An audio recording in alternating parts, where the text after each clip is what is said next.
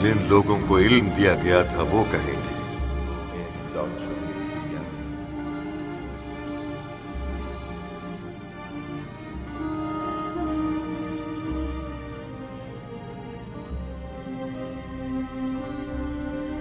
दर हकीकत आज ख्वारी और अजाब का दिन है काफिरों पर।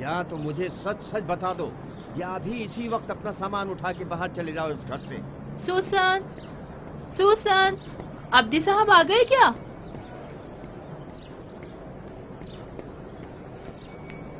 बीबी जी साहब। हेलो, बात सुनो, अभी इसी वक्त उठो और यहाँ चले आओ ताकि मैं ये समझ सकूं कि तुम्हारा और मेरी इस बीवी का मामला क्या है। मैं घर पर हूँ। हाँ, खुदा हाफिज। तुम किससे मेरे बारे में यूं बात कर रहे हो? इससे ज्यादा बुरा भला भी कहूंगा। हंगामा, देखो क्या हाल करता हूँ तुम्हारा अगर तुमने एक लफ्ज भी झूठ बोला। तुमने किसी की अमानत के साथ ऐसा क्या किया है कि मैं अपने जमीर के अजाब से दुबई में एक मिनट भी चैन से नहीं बैठ सका।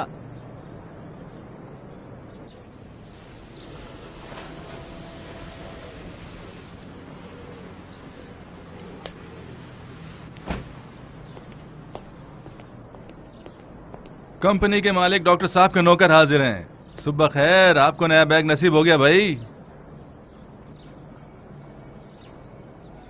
आप बताइए तो हम क्या करें? किस चीज का? आपने कहा कि आप ऊपर हैं तो हमें से एक को नीचे भी होना चाहिए ना। ठीक है भाई, बाद में कुछ करता हूँ इसके बारे में। अस्सलाम वालेकुम। सलाम। आप यहाँ क्या कर रही हैं? शाहरुखी साहबा कहाँ हैं? वो नहीं आई साहब, उन्होंने फोन करके बता दिया कि अब नहीं आएंगी। उन्होंने आपसे बात की है क्या? जी खुद मुझसे बात की है साहब। मैंने उनसे कह दिया कि उनकी जगह पे बैठ जाए अगर आपको कोई एतराज ना हो तो। सर आप फिक्र मत करें, मैं उससे ज्यादा अच्छा काम करके दूंगी। पहले भी मेरी हक तलफी हुई है। इस सीट पर बैठना मेरा हक बनता था मगर उसे ये जगह दे दी गई। ठीक है, अब बीच में नए किस्से मत शुरू कर दीजिएगा। चाहिए अपने अपने कामों पे। जनाब मैं समझा नहीं, हमें क्या करना चाहिए? किसका? अंदरूनी मैनेजमेंट की बात कर रहे हैं ये लोग डॉक्टर साहब। चाहिए अपने अपने कामों पे।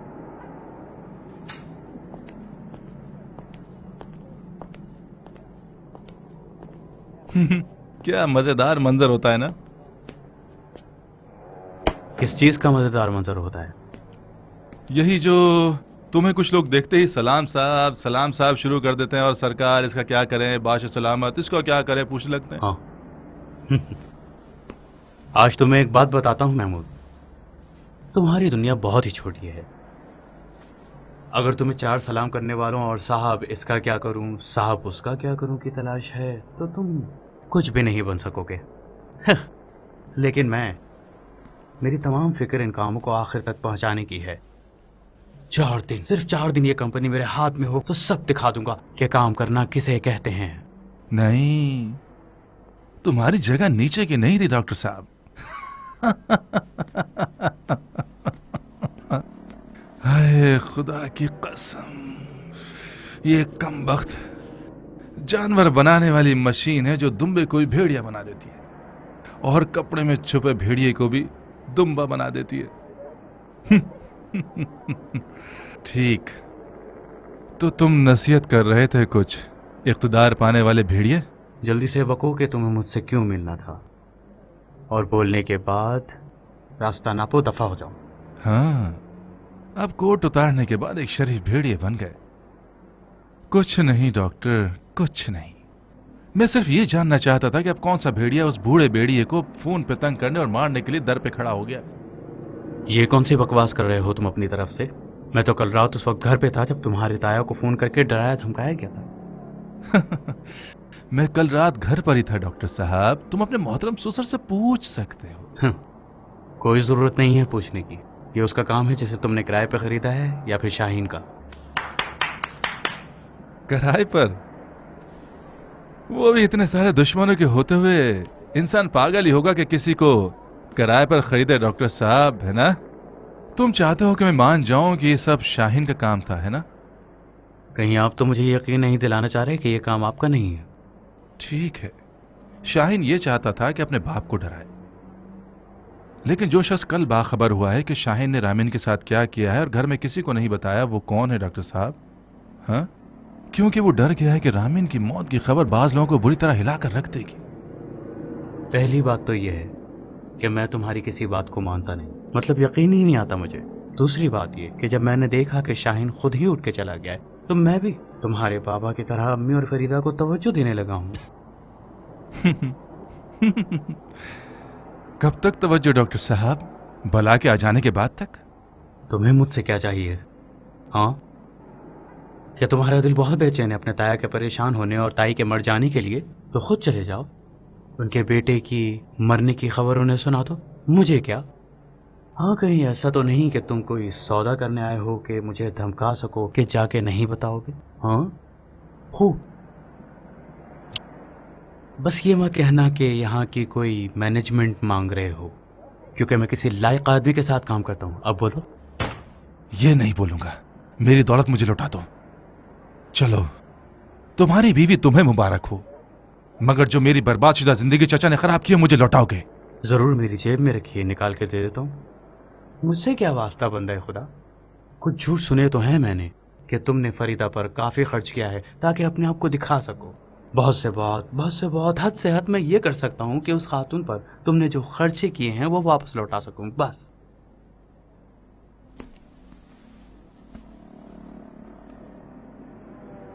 रोजाना यहां आता था और यहां बैठकर अपनी बर्बादशुदा आरजुओं के लिए सौदेबाजी करता था।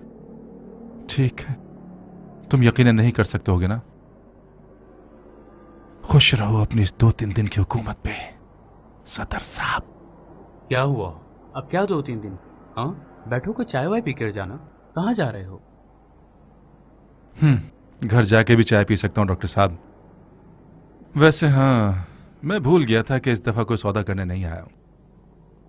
शाहीन से कहो खामखा इन बचकाना फोन के खेलों से अपने बाप को डराने की कोशिश ना करे। अगर यही करना है तो बहादुरी से कह दे, वही काफी है। बहादुरी बुरी तरह अपने गजबशुदा हक के पीछे दौड़ रहा है।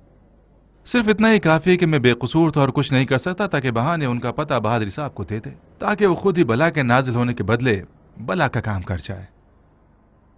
लेकिन शाहीन इससे कहीं ज्यादा अहमक है कि इन बातों को समझ सके। डॉक्टर जानी, तुम खुद ही बहादुरी के किस्से मौजूद थे।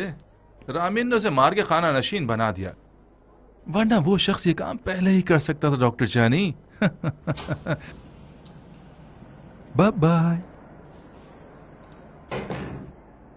डॉक्टर को चबा गया। भाई, मैं अपनी गाड़ी हाईवे पर चला रही थी कि अचानक ये चोर लड़की गाड़ी से छलांग लगाकर निकल गई और भागना शुरू कर दिया। ये 1000वीं दफा बता रही हूँ मैं। कौन सा हाईवे? कोई भी हाईवे हो, क्या फर्क पड़ता है? इनसे ये पूछिए थाने क्यों नहीं गई रिपोर्ट लिखवाने। मैं तुम्हारे बच्चों जैसे सवालात का जवाब हरगिज नहीं दूंगी। तुम ये अपने चूजे वकील को उठा के यहाँ लाए हो ताकि मुझसे पूछगछ करे? तुम सवाल मत करो। अच्छा, आप मुझे जवाब दो। तुम थाने क्यों नहीं गई रिपोर्ट लिखवाने? आपकी वजह से। शायद आप भूल रहे हैं कि इन साहब ने आपसे जोर जबरदस्ती की थी कि अपनी सनद को जमानत के तौर पे रखवा दो, ताकि जब ये लड़की अपनी चाल चल जाए तो तुम्हारी अपनी टांग फंसी रहे। कैसी चाल? तुम्हें धोखा देने की चाल। और तुम कि जिसकी अकल आंखों पे टिकी हुई है। जो चाल इन साहब ने उस लड़की के साथ मिलकर तुम्हारी अकल पे पर्दा डालने के लिए चली है। तुम क्या समझते हो कि ये लड़की सिर्फ इसलिए इतनी अदाएं दिखाने और ड्रामे कर रही थी ताकि यहाँ से ये 4 बूंदे बालियां और हार वगैरह और मेरा कीमती ब्रेसलेट चुरा के ले जाए? क्या वाकई जितना भी वक्त गुजरता जा रहा है उतना ही आपके खोए हुए जवाहिरात में इजाफा हो रहा है? तुम रुको जरा, मेरा दिमाग कुछ समझ नहीं पा रहा। यही तो रोना है, तुम इतने बेवकूफ जो हो। ये बेवकूफ है, मगर आपने जो इतना बड़ा ड्रामाई खेल रंगे हाथों पकड़ लिया था, तो फिर एक कागजात जमा करवाने के लिए पुलिस को इतना क्यों नहीं दी? हाँ, बिल्कुल ठीक। पहली वजह ये कि सियामा खुद आए और ये समझ जाए कि तुम कितने बड़े आस्तीन के सांप हो। और फिर अब भी पुलिस के पास जाने में देर नहीं हुई है। आप जहमत मत कीजिए, मैंने पुलिस को चोर की तमाम तर निशानियां बता दी हैं। क्या पता तुम सही कह रहे हो या नहीं। 1 मिनट रुकना जरा, तुम दोनों से मुखातिब हूँ। क्या तुम ये बता सकती हो कि तुमने इतने अजीब और गरीब खेल को कैसे समझा? जनाब, इनसे पूछिए कि इतनी बड़ी फनकार चोर सिर्फ एक गले के हार के लिए अपने आप को बदनाम क्यों करेगी? बस बस, अब मैं इतना भी बेवकूफ नहीं हूँ कि तुम मुझे ये सिखाओगे कि अब ये पूछो अब वो पूछो। ताज्जुब है, बिलाखिर उसे भी एक जुमला कहा तुमने। मैं खुद गाड़ी में उसके मुंह से सब उगलवा चुकी थी। जिस रात मेरे जेवरात खोए थे मैंने उस पर शक किया, मगर ये जाहिर नहीं किया। फिर दूसरे दिन डॉक्टर के पास जाते हुए पूछा। वहाँ मैं समझ गया कि वो डॉक्टर के पास जाने पे रग़बत नहीं रखती। डॉक्टर के पास जाने की रग़बत नहीं थी, उसकी वजह बता सकती हैं आप? तो जाहिर है अगर उसे डॉक्टर के पास ले जाती तो वो वहाँ भूलने का ड्रामा और ज्यादा कर सकती थी।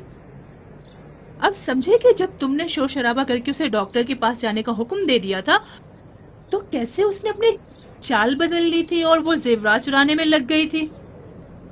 उसके बाद कुछ नहीं, गाड़ी में भी बहाने करती रही कि मेरे सर में दर्द हो रहा है, हम नहीं जाते ना, वगैरह वगैरह। मैं भी उसे सवालात में फंसाने पर डट गई। मैंने कहा अगर सच नहीं बोलोगी तो अभी इस वक्त तुम्हें पुलिस के पास ले जाऊंगी। अलबत्ता उस वक्त मुझे ये नहीं पता था कि मेरे जेवरात उसके पास हैं। उस वक्त तक ये समझ रही थी कि मेरे जेवरात उसने घर में कहीं छुपाए होंगे।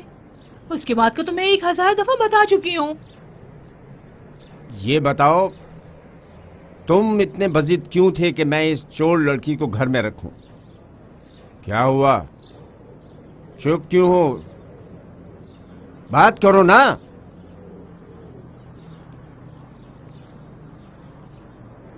जनाब, याद रखिएगा, आपने एक बार भी उनसे ये नहीं पूछा कि उन्होंने ये तमाम मनगढ़ंत कहानियां फोन पे आपको क्यों नहीं सुनाई थी। सुसन, वो मेहमान खाने का पर्दा भी ड्राई क्लीनर के पास ले जाना। बस भी करो, चलो पूछ भी लेता हूं। जवादी, मैं तुमसे एक बात पूछता हूं, सच सच बताना। अगर तुम खुद मेरी जगह होते तो क्या अपनी बीवी को पुलिस के हवाले कर देते कि वो लोग उससे उगलवाएं? हाँ, मैं इस वक्त ये सोच रहा हूं कि मेरी जिंदगी में मजीद किस किस जगह उसने मुझे धोखा दिया है और मैं समझ नहीं पाया। जवादी, ये SHO इनायती जो हमारे साथ अलेक्स रखता है, क्या ये इस लड़की का पता लगा सकता है? आपने पहले भी पूछा था, मैंने कहा था अब वो फौज में है, 3 साल हो चुके उसके तबादले को। हाँ, मैंने सुना नहीं। देखें, क्या आप किसी तरह अपनी बेगम को किसी चीज से धमका नहीं सकते? धमकाऊं?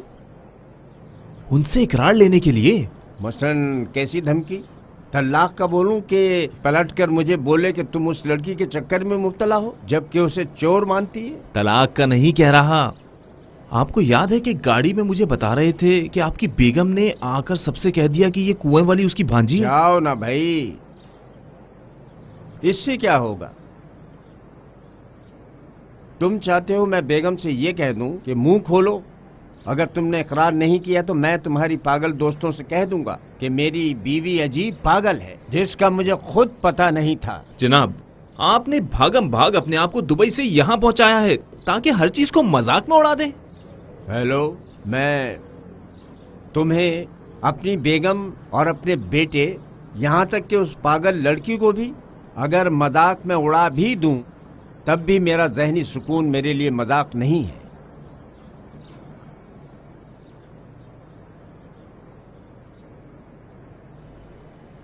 क्या हुआ? उठो, उठो, मेरे घर से निकलो, धोखेबाज मक्कार लड़के। चलो जाओ, और अब मेरे घर में कदम मत रखना।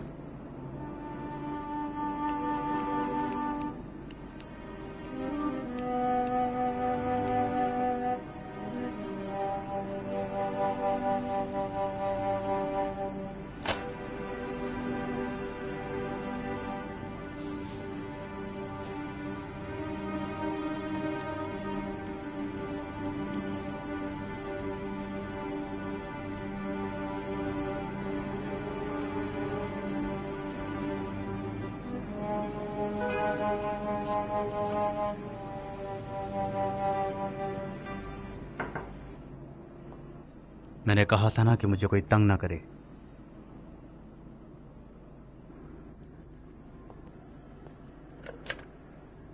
हाँ। सलाम।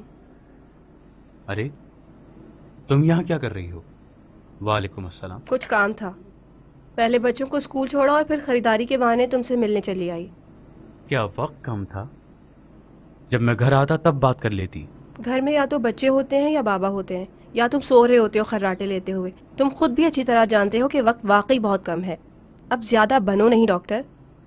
मैं बाबा नहीं हूँ जो तुम उनके सामने अच्छे दामाद बनने का ड्रामा कर सको। आज 28 रमज़ान है और कल 29 है। मेरे कहने का मतलब सिर्फ ये है कि कल 29वां रमज़ान है और फिर टीवी पर किसी भी वक्त ये ऐलान हो सकता है कि परसों ईद है। तो आपकी ईद मुबारक। मैं चाय नहीं पीती, या बाहर जाइए, बाहर जाइए। आपकी नमाज और रोज़ा कबूल हो इंशाल्लाह। अब तुमने रोज़े रखने शुरू कर दिए। देखो, मैं सिर्फ अपने बच्चों के लिए फिक्रमंद हूँ। वो बच्चे और माँ जो हर वक्त मुझसे कहते हैं कि अपना सामान बंद करके दरवाजे के पास रख दो। मैं यहाँ ना आके तुम्हारे बगैर भी जा सकती थी, मगर तुम मेरे शौहर हो। मगर तुम भी मेरे बाप की तरह धमकी दे सकते हो कि तुम जा सकती हो और फिर पलट कर मत आना। बाहर सूरत, चाहे तुम आओ चाहे ना आओ, मैं जाऊंगी, अपने बच्चों के साथ जाऊंगी। आप क्या कहते हो? अब क्या बोल सकता हूँ मैं? तुमने तो सब कुछ कह डाला। वैसे सच पूछो तो मैं भी यही सोचता हूँ कि बेहतर यही होगा 2 दिन की जिंदगी की खातिर अपने आप को खुदा ना खड़ा कर दें। डॉक्टर, मेरे सामने इतना ड्रामा मत करो। तुम चाहती हो मैं सच बोल दूं? देखो, तुम, अम्मी, बच्चे, तुम लोग सब मिलकर सामान उठाना, आज ही चले जाना, खुदा हाफिज। लेकिन मैं यहीं रुकूंगा, आखिरी लम्हे तक बाबा के पास रहूंगा। अच्छा, ताकि अपनी अच्छाइयाँ और उनके बच्चों की बेवफाइयाँ गिनवाने का तुम्हें अच्छा मौका मिल जाए, है ना? नहीं, गिनवाने की जरूरत नहीं फरीदा। अगर हम सब चले जाएं और उन्हें अकेला छोड़ दें तो अचानक कल को ईद हो जाएगी और आसमान से बला नाजिल होकर उन्हें तबाह और बर्बाद कर देगी। तुम लोग जाओ, खुदा हाफिज। अगर मैं आज रात भी जाना चाहूँ तो अम्मी राजी नहीं होंगी। अम्मी कहेंगी कि अगर किसी बला को नाजिल होना है तो ईद के दिन नाजिल होगी। वैसे जो उनके साथ होगा जद में आएगा, समझ रहे हो? अब यहाँ बैठकर आखिरी लम्हे की रट मत लगाओ। तुम्हारी अम्मी को कैसे पता? तुम्हारे चचा ने बताया ना? देखो, मैंने चचा का कुरान देख लिया है और अपनी आंखों से देखा है। उसके अजीब गरीब होने से मुझे कोई वास्ता नहीं, लेकिन वो कुरान ही था, उसी हरे मखमल के कपड़े में।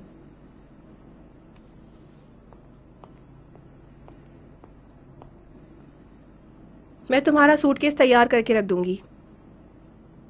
अगर चाहो तो हमारे साथ आ जाओ, और अगर ना आना चाहो तो यहीं बाबा के मालो दौलत पर चौकीदारी करते रहो।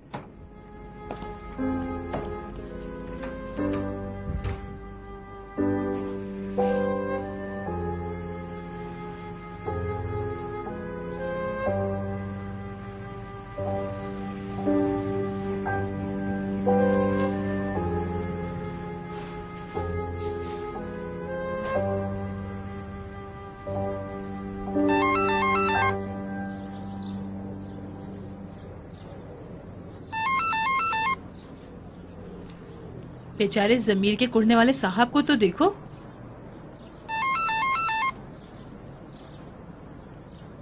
हेलो। अरे वालेकुम सलाम अम्मी की जान, तुम हो? इत्तेफाक से मैं भी आधी रात को तुम्हारे काम से लौटने के टाइम पे तुम्हें फोन करने ही वाली थी। नहीं, बस एक बुरा ख्वाब देखा था मैंने ख्वाब देखा ये दियो घर में आ गया है। अल्हम्दुलिल्लाह, बहुत जल्दी इसकी ताबीर भी हो गई और खैर खैरियत से सब हो गया। ये बताओ कि तुम काम पे नहीं गए आज? तुम्हारी आवाज ऐसे क्यों आ रही है? सच बताओ वहीद, कुछ हुआ है क्या? बच्चों की तबीयत ठीक है? नहीं नहीं नहीं नहीं नहीं, वो भी बिल्कुल ठीक है। यहाँ पे किसी को भी कुछ भी नहीं होता। तुम बेफिक्र रहो। एक मिनट सब्र करो। हाँ, तुम्हारे बाबा यहाँ खराटे ले रहे हैं। सच पूछो तो वहीद, उसके जानने वाले मिल गए हैं। मैंने देखा कि वो तुम्हारे लायक नहीं थी, मैंने उसे भेज दिया। अब तुम मुझे बताओ कि क्या हुआ है या नहीं। कहीं तुमने भी बुरा ख्वाब तो नहीं देख लिया? हाँ, कौन खो गया और फिर उसका जनाजा मिला है तुम्हें? तुम खो दिया तुम्हारी बेटी?